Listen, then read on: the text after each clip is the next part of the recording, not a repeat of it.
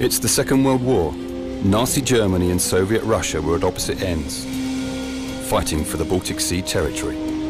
The German U-boat U-479 was operational in the Baltic Sea and is rumoured to have been on a secret mission. Would it be possible to find the lost boat?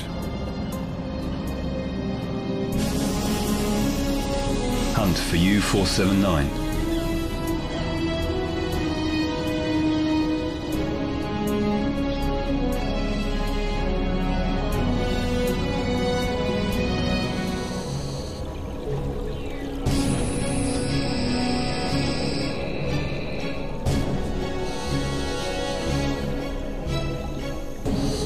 But it's not only wars that create shipwrecks. Baltic Sea is a hazardous sea, with extreme weather and shallow waters, thousands of islands and rocky shores, and harsh winters when thick ice covers the northern coastlines. The environmental conditions are also unique. The water is cold and the saline levels too low for most marine species to survive, including corals and the shipworm, that everywhere else destroys shipwrecks in no time at all. Baltic Sea is filled with well-preserved wrecks. It's a treasure trove for any diver or archaeologist.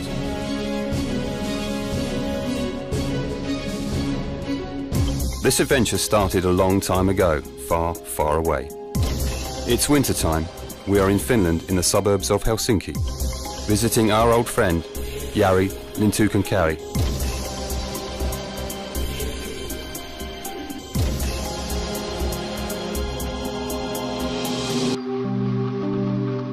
Jari's an engineer and a diver, interested in the maritime history. And for years, Jari's been thinking about a Second World War collision between a Russian submarine Lembit and a German U-boat U-479 that got lost in the Baltic Sea at the end of the Second World War.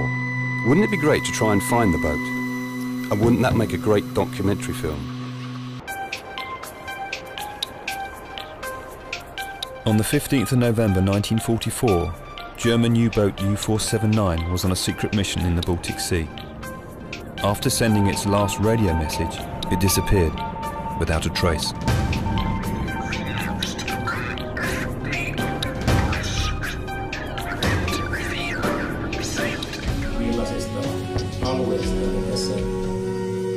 Jari talked about this incident to his old friend Kimmo Kuusniemi, who is a film director and a musician. Kimmo is also Finnish, but he's lived in England for years.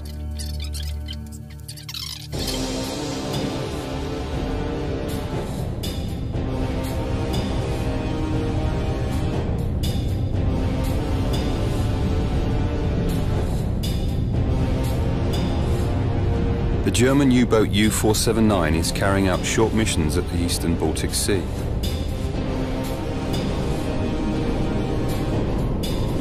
Lembit, a Russian submarine, is patrolling the Finnish waters. There was a lot of underwater activity in the Baltic Sea during the Second World War, and the Germans also used these shallow waters as a training ground.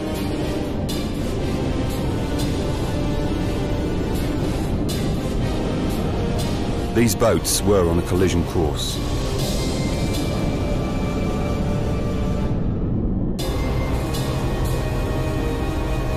It is a reported fact that the Russian submarine Lembit hit an unidentified object.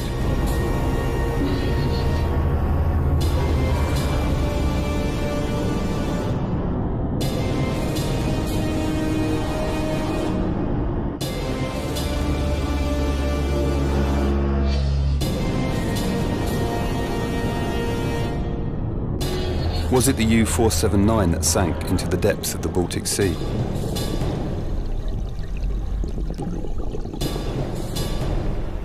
Lembit is slightly damaged, and after surfacing reports that it has seen oil and German debris floating on the sea surface. Could it have collided with the German U-boat U-479? After the incident, Lembit went to Helsinki, Finland, for repairs. Over 60 years later, we search for the truth. The Baltic Sea is way up there in Northern Europe. The English name Baltic Sea is slightly misleading. It's not only surrounded by the so-called Baltic Sea states, but also Germany, Poland and Russia. and the Scandinavian, Sweden, Denmark and Finland. The locals don't necessarily call this water the Baltic Sea. For the Finns, Swedes and Germans, the Baltic Sea is the East Sea in their native tongues, and the Estonians logically call it the West Sea. From a filmmaker's point of view, it's hard to make a film about something what might have happened and what could be found. What if we never find the U-boat? So we started to think, and the more we thought, the bigger the idea got. When Kimmo and his partner Tanya got back in the UK, the ball started rolling. How do we approach this? We are professional filmmakers, born and raised by the Baltic Sea, but complete novices in diving and anything to do with filming underwater. Divers, we thought we could talk with this guy Lee Bishop here in UK, and he gave me some pointers. Sounds like a big bite. We needed help. We will need people to interview. Do you remember where the map is? And then there's a long ferry to Tallinn Strait across the Baltic. Oh, that's... Oh, hi guys, yeah, just a second. Hey Tanya, we have a connection to Sweden. Hi guys, we can hear you perfectly. Hello. Hello. Yeah, hi, my name is Kimmo. Hi, my name is Tanya. Good to see you. How are you guys? We're fine, thank you. We're fine. Fine. Yeah, no, well, basically we are two Finns living here in UK. We've been here for 16 years and we are filmmakers and musicians. We've done... So can you tell something about yourselves? My name is Lotta, Charlotta Karlén, and I've been diving... My name is Per, by the way. Yeah, my name is Tor, and We have been doing quite a lot of underwater filming for the last 5 years or so. I think we're pretty good doing what we do. That's good.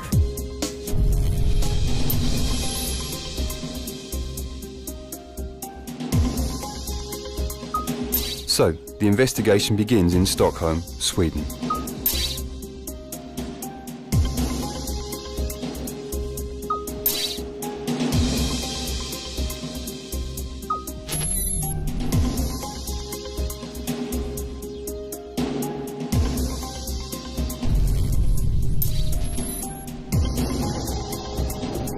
Kimmo and Tanya flew to Stockholm, while Jari took the ferry to Tallinn, where the now Estonian Lembit submarine resides.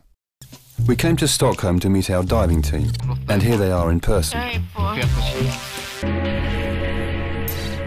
Per, a calm and focused sympathetic shrink, a real-life partner to Charlotta, and a diving partner in the group. We couldn't have done this series without his strength and technical know-how.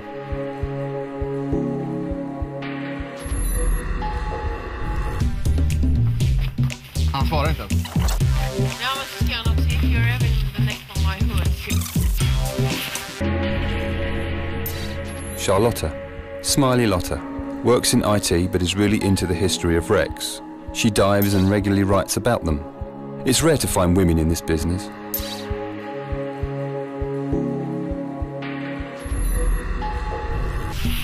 Sophia.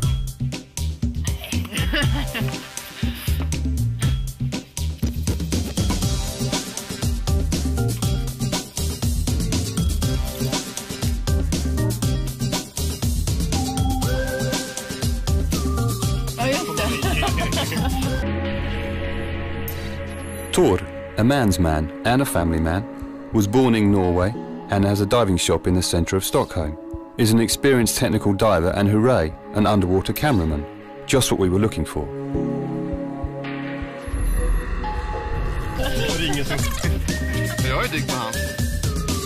The waters outside Stockholm are deeper and more challenging than on the shallower eastern Baltic, giving them many opportunities to hone their skills.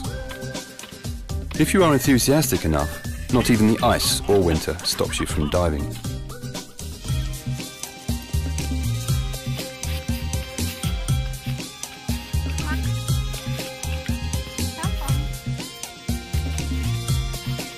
you have to give me the camera.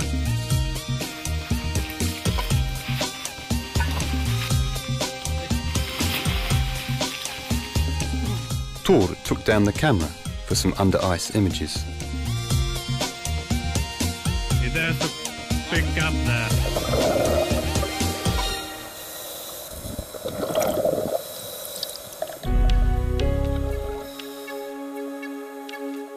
We are outside a pretty residential island. There are a couple of wrecks here in a shallow water that the divers go to see regularly. This is not only ice diving, it's also town centre diving. We never thought we could do this in such a civilised manner. The water was really murky today, so we concentrated on the surface pictures. This often happens in the Baltic. The visibility can be really poor. The divers did a short dive to see the wreck anyway, without the camera. It couldn't have been a more beautiful day. The sun was shining, everyone was having fun. Var det kiva? Jättekiva.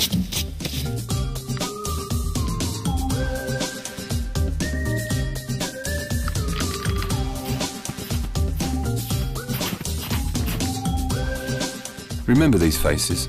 We'll meet these people again soon.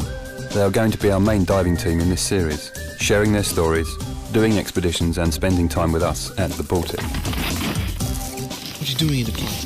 It's a guy's point of view. The next trip they will make will be Narvik. They will send us some great video footage from there. Soon it will be summer and we'll spend more time together.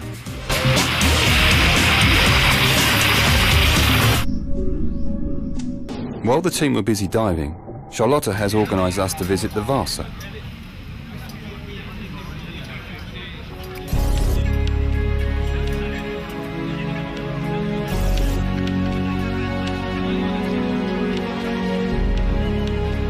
Without a doubt, the most impressive maritime museum in the whole world is the Vasa Museum in Stockholm, Sweden.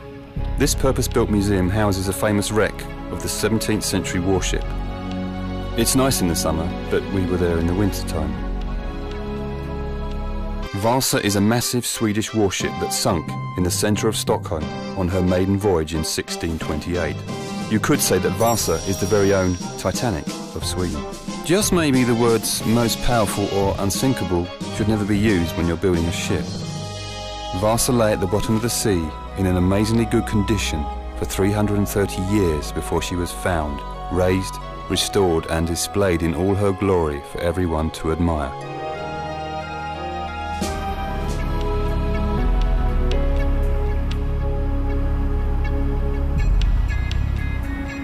We went to meet two enthusiastic Vasa experts. We'll let them introduce themselves.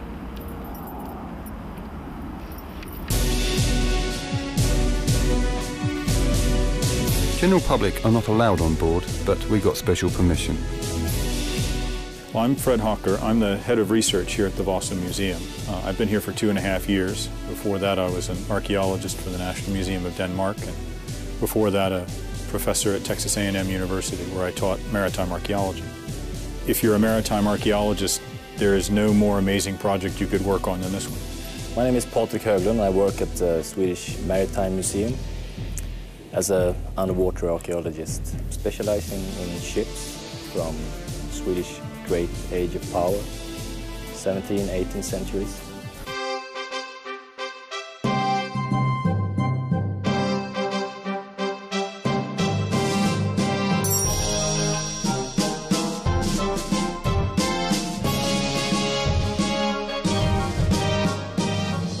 The ship was built in a relatively short time, just a couple of years in the 1620s. Gustav Adolf, who was the king of Sweden in those days, needed to expand his navy because he was engaged in a new kind of amphibious warfare.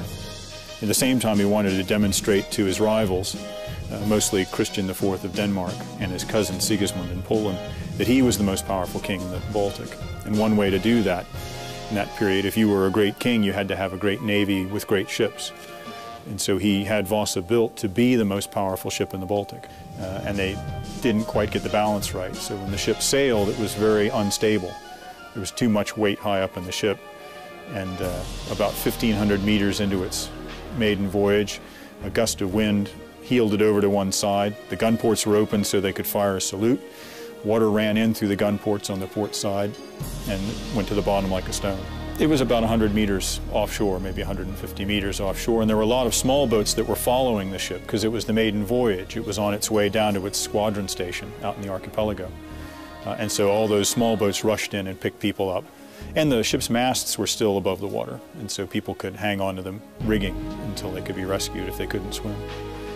About 30 people died. Vasa isn't exceptionally wrong constructed. No, right? It's typically built for its time. Yeah. The ships at the time were very unstable. By our standards. And a lot of ships sank because of that. But Vasa sank very early. Right, which is fortunate for us. I mean, they tried to salvage the ship, and in the 1660s, they actually used divers and a diving bell and managed to recover all but 3 of the ship's 64 guns. Vasa's an early attempt to have 2 full gun decks. I mean, there weren't any ships with 2 full gun decks much before Vasa. But eventually that was settled on as the optimum solution in something that was called the 74-gun ship. But that took until about 1750 before they'd come up with the right combination of size and the number and type of guns to make it work. Vasa, paradoxically, provided a key piece of that experience. That there was an inquest afterwards, and one of the things that they were trying to get to the bottom of was, of course, whose fault it was, who could be punished, but also to get to some understanding of what the problem was, with the idea that you would not repeat that same mistake.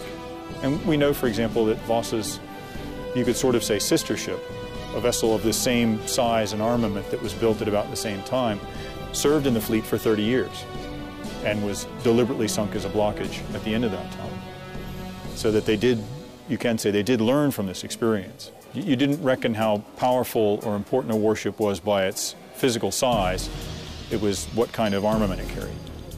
And Vasa's armament is what made it so powerful. 2 full decks of 24-pounder cannon. If you were going to have an inquest today, under the current rules of maritime law and responsibility, we have enough knowledge to say who would be blamed today, and that would be the captain, for 2 things.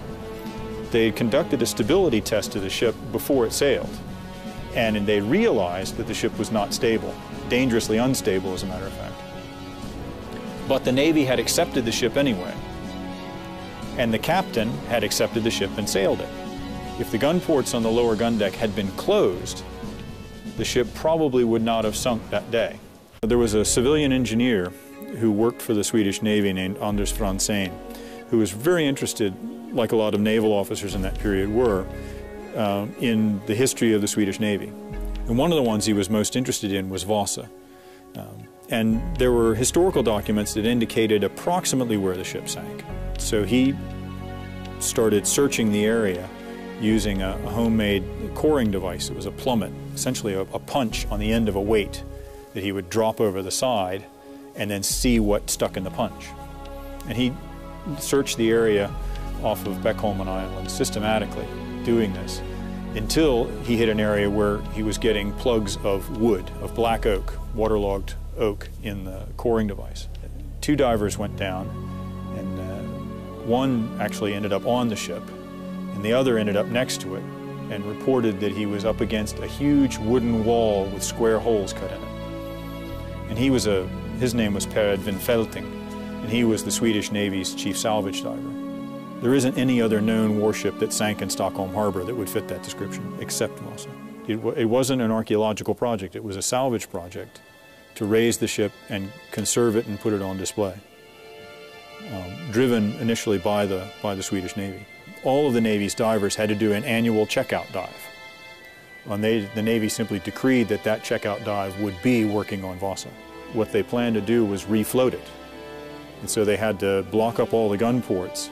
And the stern castle here behind us, this had all collapsed and been torn off by an anchor that had been dragged through the ship, probably in the 20th century. And so they had to close in that area so it would be watertight. So they built a new transom around the ship and a little bit at the bow. And the last big thing they raised was the ship's boat. The big ship's boat, 12-meter, flat-bottom boat. The conservation took about 17 years, just the conservation of the wood. To spray it with polyethylene glycol, and another 9 years to dry it out after that. The restoration process went on with the conservation process.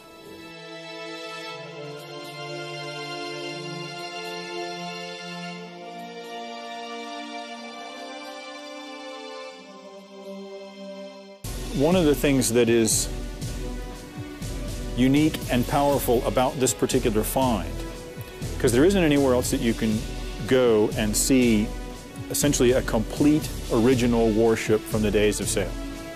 I mean, if you go to see Victory in England, you're not actually seeing Nelson's Victory, you're seeing a lot of new oak and teak that has replaced Nelson's Victory. Or the same with USS Constitution in Boston or any of the other old wooden ships. What you're seeing here is you're seeing the original ship, at least 95% of it. And that has a very powerful effect on your imagination. I mean, we work here, we see it every day, and it's still, every time I come into the ship hall, I get that oh wow moment. But I can see how just standing next to it, it can affect your imagination that powerfully, to give you that sense of place and that sense of a past time. The Vasa Museum attracts 850,000 visitors from all over the world each year. No wonder, Vasa is breathtaking. Stockholm has been called the Venice of Scandinavia, which sounds rather grand and is almost true.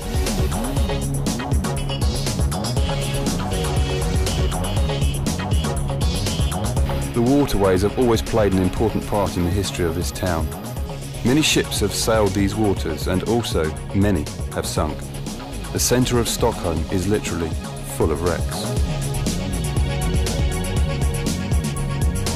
The town itself is built on 14 islands and situated between the big lake Mälaren and the Baltic Sea. The first building in Stockholm was a fortification for the purpose of controlling the traffic between the Baltic Sea and the Mälaren.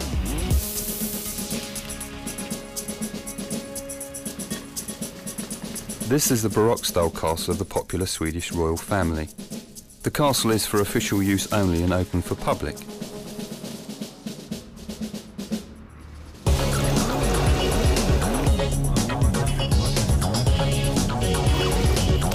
Just like in London, the changing of guards is a popular tourist pastime. The guard dates back to the early 16th century.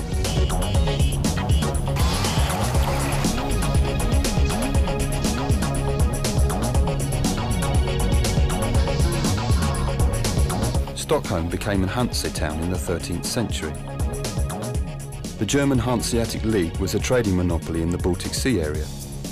It remained a commercial association, not a political one. The League offered protection and privileges to its member towns and negotiated toll breaks with trading partners such as the City of London. The member towns prospered, which can still be detected in the impressive medieval architecture.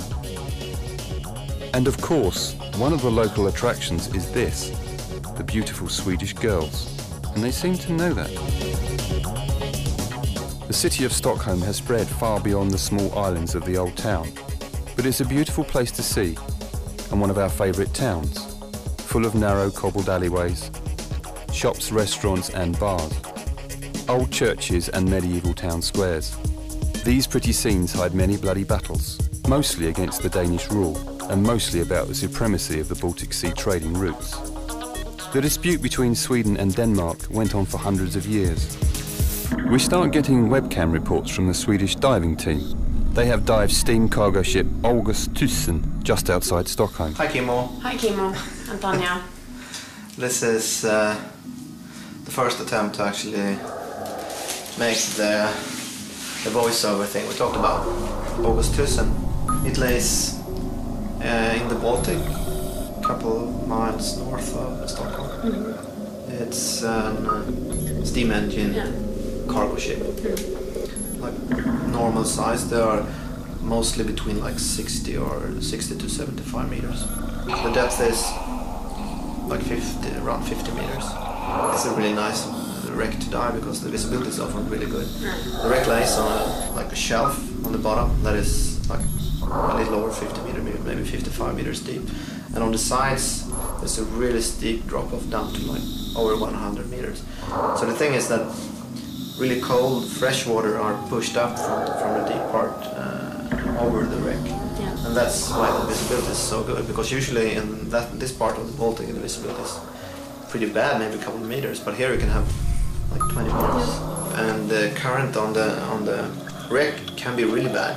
It can be so bad like you have to drag yourself on the boat to actually move. But on this time we used the scooters, the underwater scooters, as you see, which helps a lot because we have like no problem at all scootering against the current. You can see a big extra reserve propeller. Most of these ships carried an extra propeller on the ship with them all the time. This was because most of the time they were specially measured for that specific ship. Yeah. So there are quite a lot of like personal stuff still on the boat, like stuff left by the crew when they left the boat. It wasn't us, but this other guy that we know, he found actually a wallet inside one of the cabins, and inside the wallet there was this wedding ring with an inscription of one of the crew members who actually died during the sinking. Yeah, the sinking. Right. So he wrote that name up, and he's actually right now trying to find out if there are any relatives left for. It's a pretty cool story.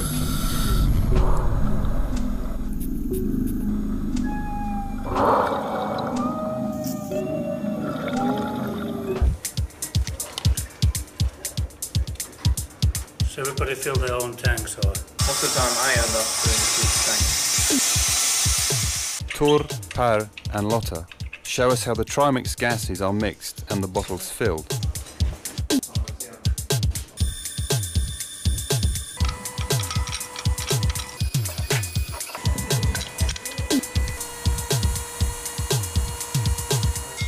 Unlike in the traditional diving with air tanks, the technical divers need different mixes for different depths. It can catch fire, like in the valves and in the tank, so that would be a pretty bad experience, I think.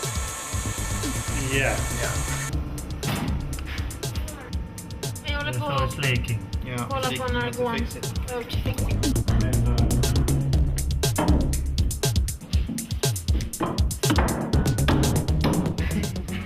I'll take this in workshop.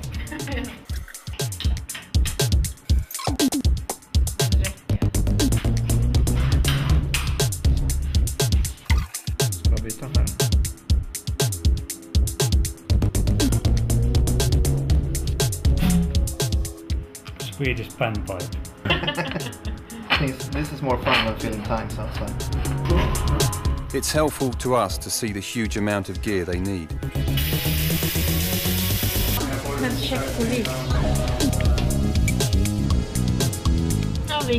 The team is preparing for a diving trip to Narvik, Norway. There they will dive a few wrecks, including a Second World War Nazi German U-boat, U-711, and its supply ship, Black Watch. It takes a lot of preparations to go diving with this team.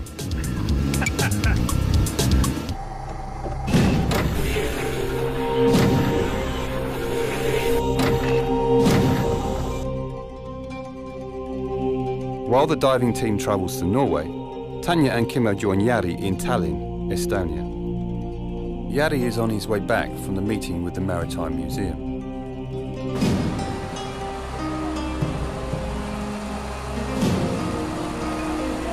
For all the Baltic countries, Estonia, Latvia and Lithuania, the latest and successful bid for freedom and independence only happened in 1991, after the collapse of the Soviet rule. The change was peaceful and was called the Singing Revolution, because of the spontaneous rallying of ordinary people.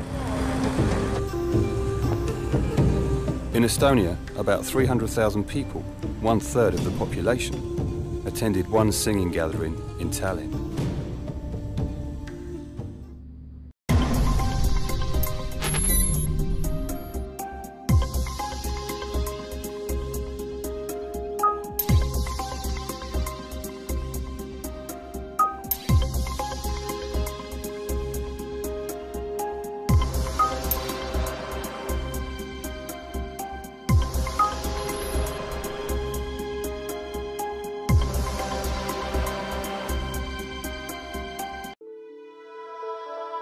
In the hotel, Kimmo, Jari and Tanya catch up on the project progress. While the trip to Sweden was a success, Jari has his doubts about the possible cooperation from the Estonian Maritime Museum. They seemed uncertain about giving us information, or helping us find the U-boat wreck, or renting us their research ship, Mari. We later found out that the Estonians had already agreed to help an American filming crew at the Baltic Sea the same summer. Maybe this affected their willingness to cooperate. And here's the famous Lembit and research ship Mari.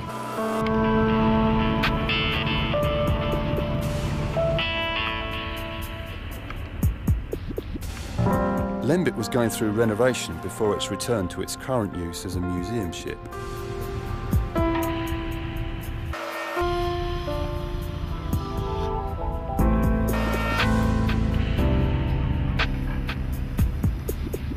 During the Soviet rule, private citizens were not allowed to dive the local wrecks. One exception to this rule was a legendary Estonian diver and wreck hunter, Vello Mas, seen here with the submarine Lembit in the summertime.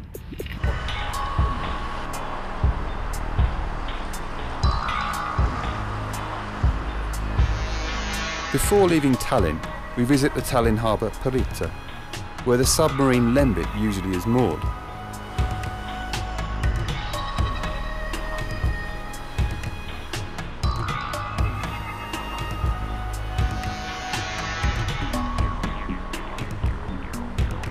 No sight of Lembit, no sight of summer, no research boat. We seem to have hit a brick wall.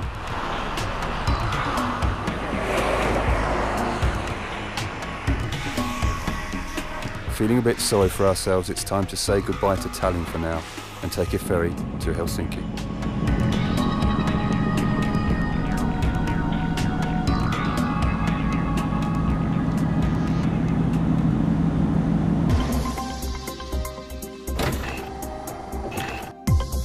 Far away from Estonia, our diving team and their friends are doing well in Narvik.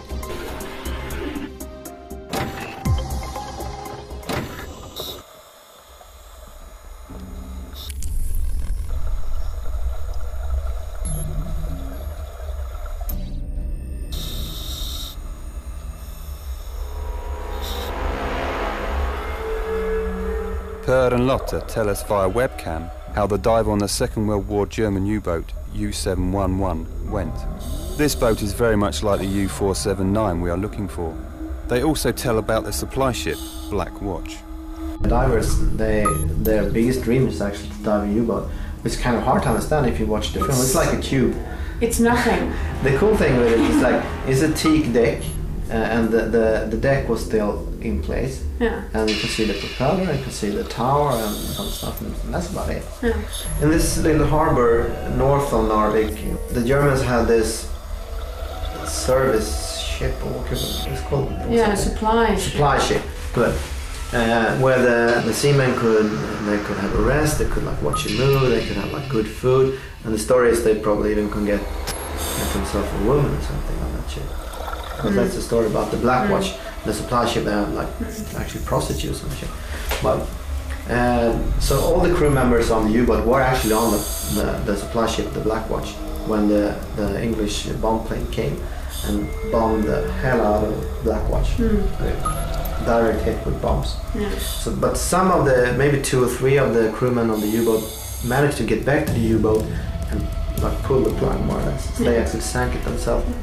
Exactly. So it wasn't hit by anything, but it was sunk on purpose by the Germans. The interesting thing was when we were diving here, one old woman and a man, they were out fishing, and she was 16 years old when she witnessed the whole scenario of the sinking of the Black Watch and the Germans sinking their own U-boat and wounded soldiers getting washed up on shore. And she was trying to save, of course, the ones that she could save. So she was an old woman now, and it was, she was out fishing cod, and they came up to the dive boat. Yeah. And like, how are you diving the U-boat? And they know exactly where the U-boat was. So they were really eager to watch the film, the shots from the U-boat, and she went like all quiet. Yeah.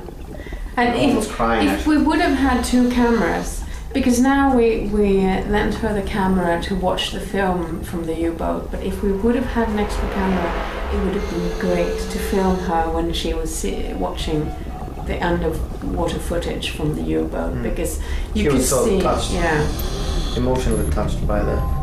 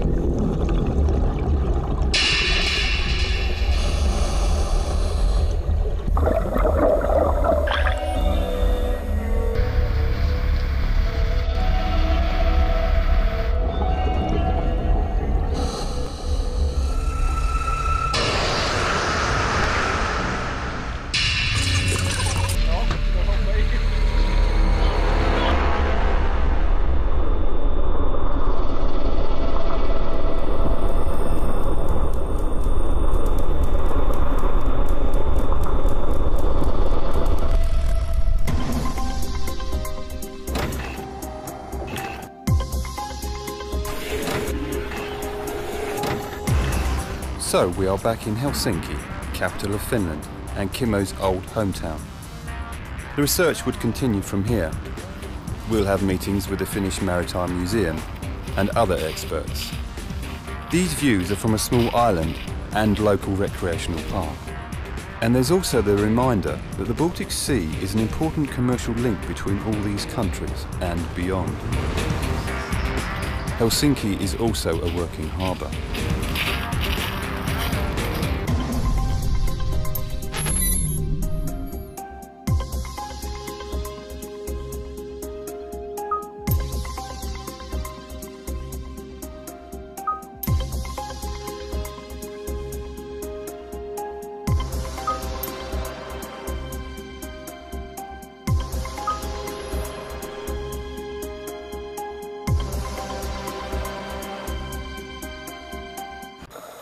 The Swedish divers are doing well in Narvik. Next they are diving the German U-boat supply ship, Black Watch. This is actually my own premiere of video photographing, because I was borrowing Tor's camera. He was kind of tired with dragging it around, so I filmed this wreck, the Black Watch. That was the supply ship we was talking about just before. The German supply ship that was actually bombed to bits.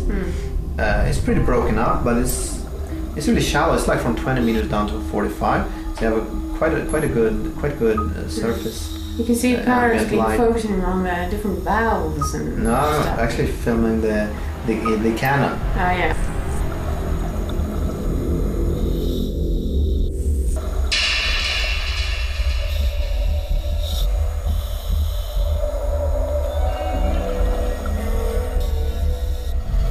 Here we have the divers penetrate some of the superstructure where he's swimming in one of the windows. It's kind of cool, if I can say it myself. It's one of the best penetration shots we took inside this wreck. Diving inside wrecks is a dangerous business and similar to cave diving. All the divers in this team are also experienced cave divers.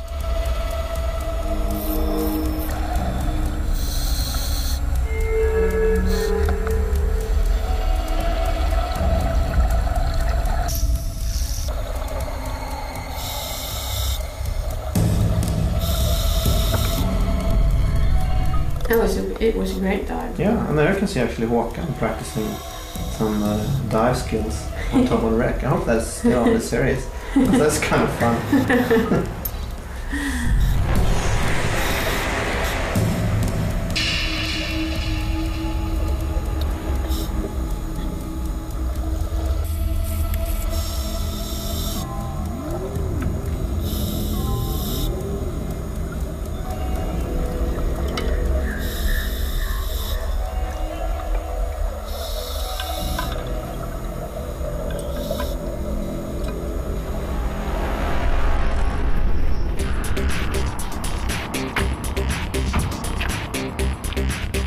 The Finnish Maritime Museum is situated at an imposing location on a small island outside Helsinki called, very fittingly, Wreck Island.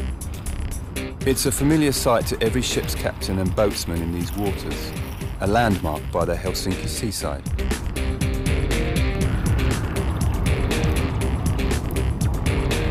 You get a good view of Helsinki, the Helsinki archipelago and the famous Finnish icebreakers from here.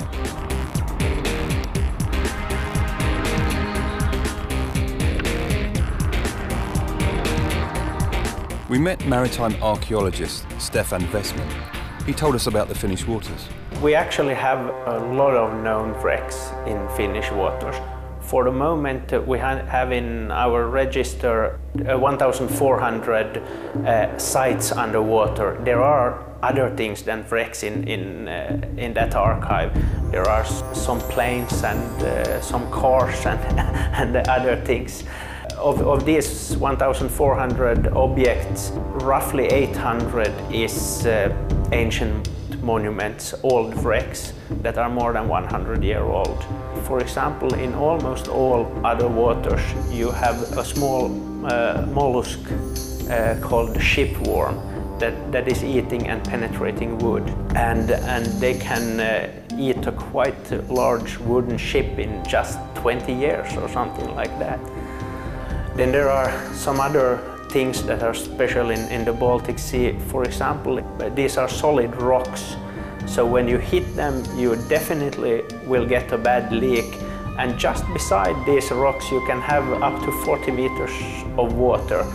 So first you hit a rock and get a leak, and then you go down and you go deep.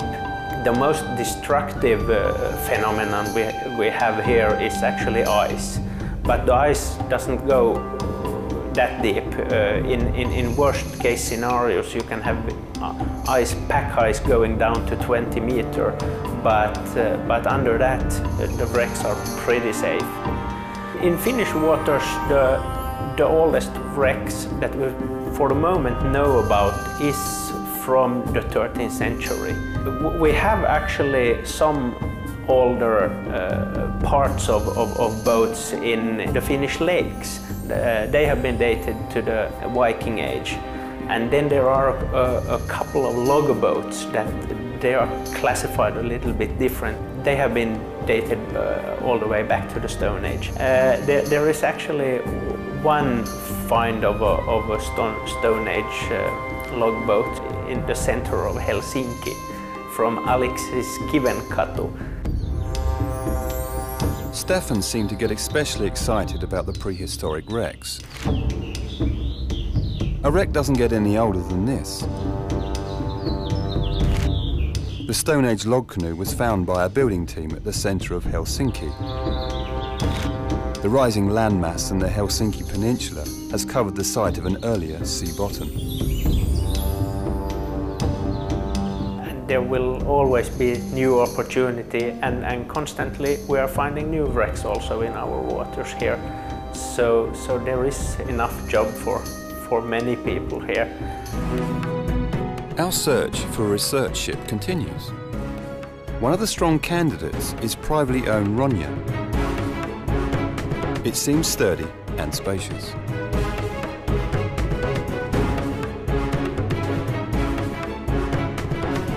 But then we saw Pelagonia and suddenly felt that this is it.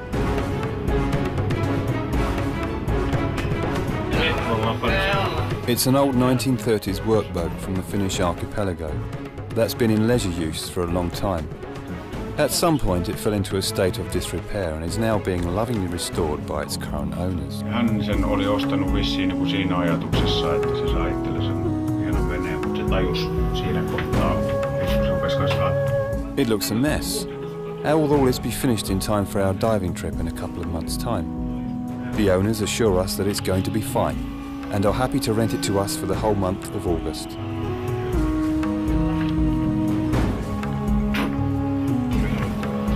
Se oli hyvä. Tässä on kuin 150 metriä tätä kettinkin, miten.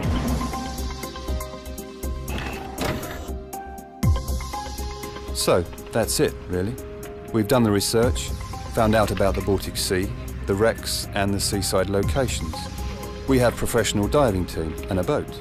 We pack our bags, cameras and tripods. And our Baltic adventure begins.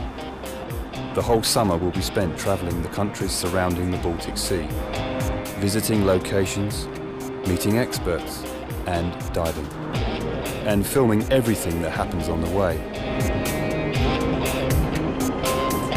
The voyage starts from Harwich under good omens of fine weather.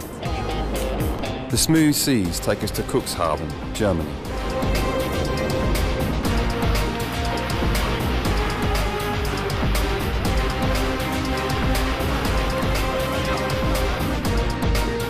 Our friend Jari flies to nearby Bremen and we drive to pick him up. Our first destination, the U-boat archive near Cuxhaven. The local naval historians are able to tell us more about the fate of the lost U-boat U479.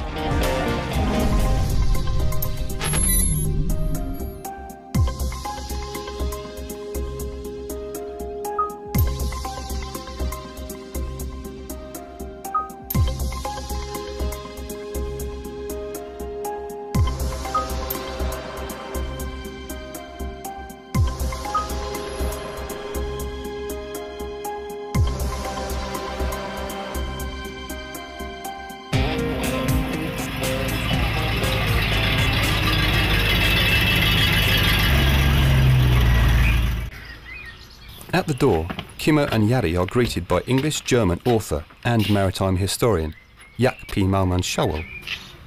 He has written over 40 books about German U-boats and will be able to help us. Because when you go in, there is a shelf. This vast archive is a result of lifelong work by Horst Bredow. As a young man, Mr. Bredow served on the German U-boat, and since then he has been collecting any information he can get about the history of U-boats and submarines. Water like a fish. That's true. He's well over 80 years old. His fluent English comes from the time he spent at the American prison camp after the Second World War. Jari and Mr. Bredow talk about the possible collision between Russian submarine Lembit and the German U-boat U479. Lost. It's funny, you know, when I started there was almost nothing. Almost nothing. You must tell me when I should start. You can start now. Yeah. You are ready? Yeah. Yes. So, my name is Horst Bredow. I'm a former watch officer of a German U-boat in the Second World War. And when I came back from prisonership, I started to bring together the history of my boat, and so started this work in this archive. I never knew, and I never thought that it will become such a large size, but now it's done, and I'm an old man, and I'm working the whole day, or 8 to 10 hours a day, and I'm happy to do that.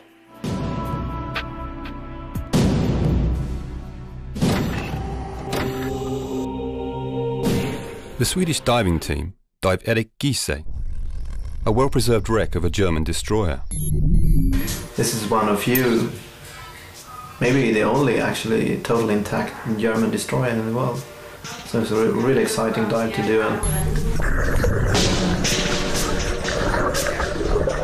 you can see already in the first shots that the visibility is really good. And if you compare it to other scenes from the Baltic, you can actually see that the water is a bit bluer.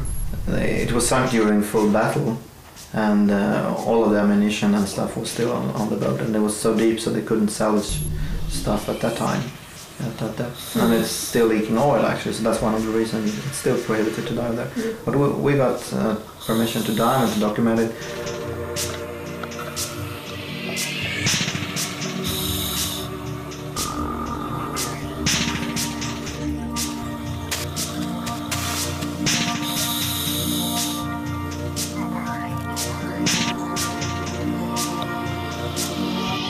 And the things you see on the wreck, you can, of course, you probably recognize the cannons.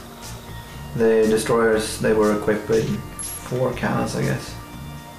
And also you can see along the railing the depth chargers. They look like small barrels. quite many of them down there. As well as a box, a mystery box. We don't know what it contains, but you can see one of the divers shining his light on it. We didn't open it. We thought it could be ammunition.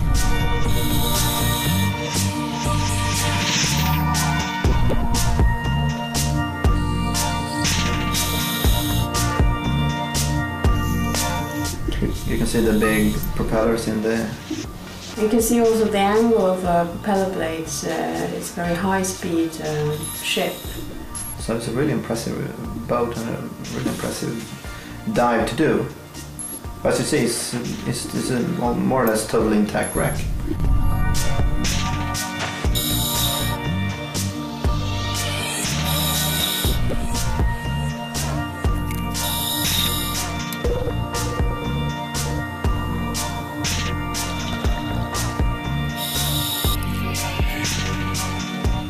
We're getting to the torpedo tube. Yeah, the torpedoes were shot from the torpedo tubes by compressed air, just over the railing of the boat, and then when landing in the water, it's propelled itself with a propeller. The bridge, it got a few direct hits. Yeah. I can't remember how many, but that's the only part of the ship that's really damaged. The wind was pretty strong, and we also had a current because to deal with the tide. The biggest problem was that we didn't have enough line to tie the boat in, so we were at a very steep angle. Right.